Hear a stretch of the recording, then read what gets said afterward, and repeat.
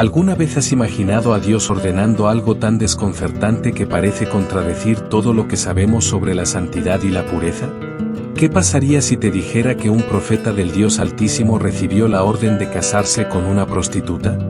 No, esto no es una metáfora ni una alegoría inventada. Está en la Biblia. Dios ordenó, Oseas obedeció, y de esta unión improbable nació uno de los mensajes más poderosos de toda la Escritura. ¿Pero por qué? ¿Qué quería mostrarnos Dios con esto? ¿Qué nos revela esta historia sobre su amor, justicia y fidelidad? Si quieres comprender una de las historias más impactantes de toda la Biblia, suscríbete al canal y activa la campanita. Aquí encontrarás estudios fieles a la palabra, historias contadas con profundidad y basadas completamente en la teología reformada, sin distorsiones. Ahora, respira hondo, porque esta historia te conmoverá. Todo comienza con el llamado profético de Oseas. La Biblia dice, palabra del Señor que vino a Oseas hijo de Beri en los días de Uzías, Jotam, Acaz y Ezequías, reyes de Judá, y en los días de Jeroboam hijo de Joás, rey de Israel. Este detalle es importante. El contexto histórico en el que vive Oseas es una época de prosperidad económica para Israel, pero de profundo declive espiritual. Exteriormente, el pueblo parecía estar bien. Pero interiormente, estaban espiritualmente muertos. Sus corazones se habían apartado completamente del Señor. La nación se había prostituido espiritualmente.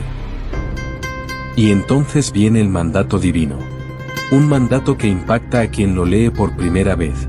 Ve, toma una esposa fornicaria y hijos fornicarios, porque la tierra se ha corrompido, alejándose del Señor. Así es. Dios dice, Oseas, serás una señal viviente. Tu vida será una profecía encarnada. Tu matrimonio representará mi relación con Israel. Ahora piensen conmigo, Oseas fue un hombre consagrado por Dios. Un profeta. Un siervo santo. Y Dios le ordenó hacer un pacto con una mujer que lo traicionaría. Dios lo llamó a experimentar en carne y hueso lo que él siente en espíritu, el dolor del rechazo, el peso de la infidelidad, el amor no correspondido. Y Oseas obedeció.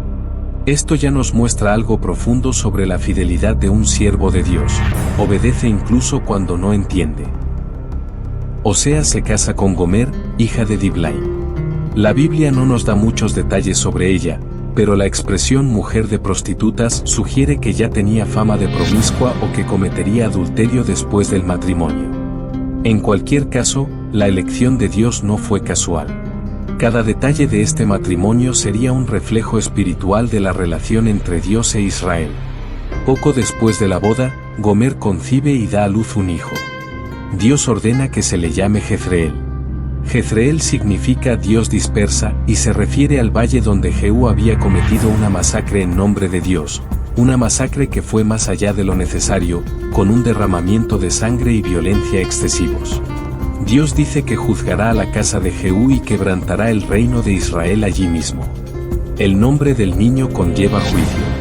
El nacimiento del niño fue, en sí mismo, un mensaje profético. Pero no termina ahí. Gomer tiene 2 hijos más, y presten atención a los nombres que Dios elige para ellos, porque cada uno es un sermón viviente. La segunda hija es una niña. Dios dice, llámala Lo-ruama, porque ya no tendré compasión de la casa de Israel. El nombre Lo-ruama significa, no amada, o, sin misericordia. Es como si Dios dijera, has rechazado mi amor. Ahora experimentarás lo que es vivir sin mi compasión. Pero incluso aquí, vemos algo hermoso. Dios declara que seguirá teniendo misericordia de Judá. El juicio viene, sí, pero no sin esperanza. Entonces nace el tercer hijo. Y Dios dice, llámalo Lo-ami, porque tú no eres mi pueblo, ni yo seré tu Dios. Esta es quizás la frase más devastadora, ya no eres mi pueblo. Resuena como una separación definitiva, un divorcio espiritual. La relación se ha roto. El pacto se ha roto. Israel, que una vez fue llamado mi hijo, ahora es llamado no mi pueblo. Pausa para reflexionar. ¿Puedes sentir el peso de estos nombres? Imagina a Oseas llamando a sus hijos por su nombre todos los días: Jezreel, ven aquí, juicio. Lo Ruama, ven a cenar, rechazo. Lo Ammi, es hora de dormir, separación. El hogar de Oseas era un campo de batalla espiritual. Su familia era el sermón de Dios a una nación infiel. ¿Y Gomer? Gomer no se quedó en casa. Volvió a la promiscuidad. Engañó. Huyó. Se entregó a otros hombres. Humilló a Oseas. Y Oseas continuó obedeciendo a Dios. Oseas no solo experimentó el dolor emocional de un esposo traicionado. Cargaba, en su corazón, el peso del lamento divino. El Señor usaba cada lágrima de Oseas como un sermón viviente para el pueblo de Israel. Y si eso les parece pesado, imaginen lo que sentía Dios. Porque eso era exactamente lo que quería mostrar: trátame como Gomer trata a Oseas. Gomer no solo abandonó su hogar, se entregó por completo a la prostitución. En algún momento, se degradó tanto que terminó esclavizada. Vendida. Poseída. Sucia. Olvidada. Y es entonces cuando Dios le habla de nuevo a Oseas. Y lo que Dios dice, desafía toda lógica humana. Dios dice: vuelve, ama a una mujer amada por tu amigo, y adúltera, como el Señor ama a los hijos de Israel, aunque recurran a otros dioses. En otras palabras, ve tras ella. Ama de nuevo. Redime. Busca. Paga el precio. Y Oseas va. La encuentra. Gomer está en algún mercado de esclavos, sin honor, sin gloria, sin dignidad. ¿El precio? 15 piezas de plata y un poco de cebada. Una suma pequeña. Y aún así, Oseas paga. Rescata a su esposa infiel. No la compra para usarla. La compra para restaurarla. Y le dice: estarás conmigo muchos días, no te prostituirás ni serás de otro hombre, así seré yo para ti. Esto es escandaloso. Esto es amor en acción. Esto es el Evangelio en imagen viva. Oseas encarna lo que Dios hace por nosotros. Porque somos Gomer. Nosotros también fuimos creados para amar a Dios. Fuimos hechos para adorarlo, para caminar con Él, para ser fieles. Pero como Gomer, perseguimos otros dioses. Cambiamos al Creador por criaturas. Rompimos el pacto. Y como ella, nos vendimos al pecado. Estábamos atrapados, esclavizados. Perdimos nuestro valor. Quedamos desnudos. Sin esperanza. Y aún así, Dios nos amó. La teología reformada nos enseña que la salvación no comienza con el hombre buscando a Dios. Comienza con Dios buscando al hombre. No es Gomer quien busca a Oseas. Es Oseas quien va a buscarla a ella. Del mismo modo, no es el pecador quien corre hacia Dios, sino Dios quien corre hacia el pecador. La gracia siempre da el primer paso. Cuando Jesús vino al mundo, encarnó este amor. Vino a buscar lo perdido. No vino por los justos. Vino por los adúlteros espirituales. Vino por la gente quebrantada. Y el precio que pagó no fue plata ni cebada. Fue su sangre. La cruz es el mercado donde el Redentor rescató a quienes se habían prostituido espiritualmente. Y al hacerlo, no solo nos redimió, sino que nos desposó. Vean lo que Dios promete a través de Oseas. En aquel día, declara el Señor, me llamarás mi esposo, y ya no mi Señor. Quitaré de tu boca los nombres de los Baales, y no habrá más memoria de ellos. El Señor dice: no quiero una relación de temor, como la de un esclavo con su amo. Quiero una relación de amor, como la de un esposo con su esposa. Por eso, más adelante, dice: te desposaré conmigo para siempre, te desposaré conmigo en justicia y derecho, en bondad y en entrañables misericordias. Te desposaré conmigo en fidelidad, para que conozcas al Señor. Esta es la clase de relación que Dios ofrece. No solo perdona, sino que restaura el pacto. Limpia. Viste. Reconvoca. Transforma a los que no son amados en amados. Transforma a quienes no son mi pueblo en mi pueblo. ¿Ves la belleza de la gracia aquí? Cuando Dios declara: te desposaré conmigo en justicia, en derecho, en misericordia y en compasión, anuncia un nuevo pacto. No se basa en la fidelidad del hombre, sino en la suya propia. Es Dios quien toma la iniciativa. Es Dios quien garantiza los términos.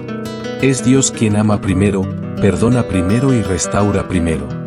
Esta promesa encuentra su pleno cumplimiento en Cristo Jesús.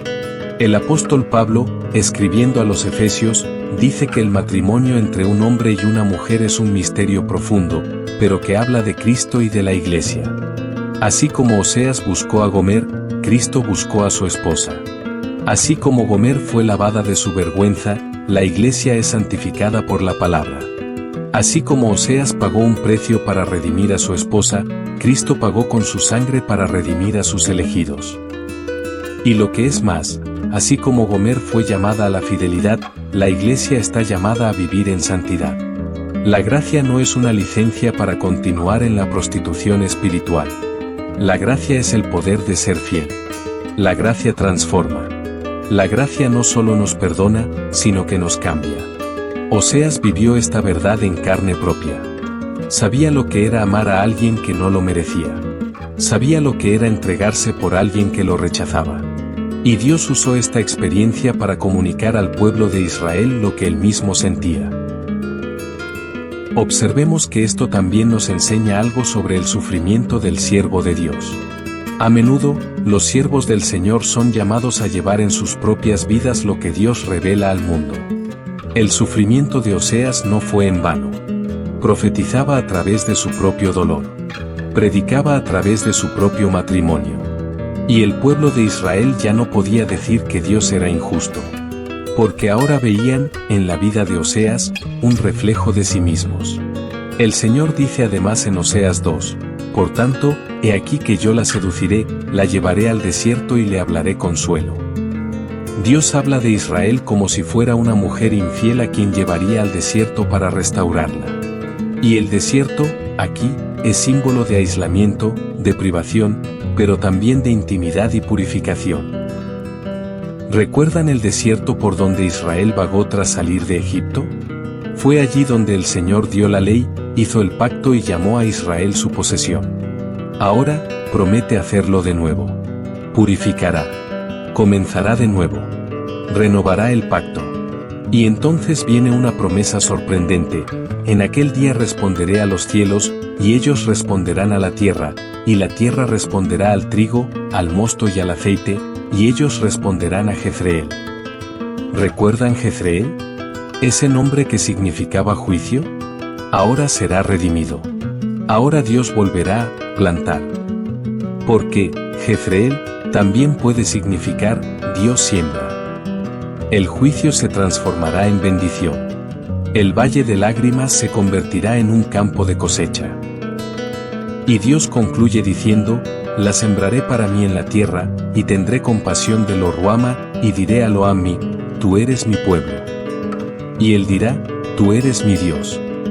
Esto es reconciliación. Esto es gracia soberana.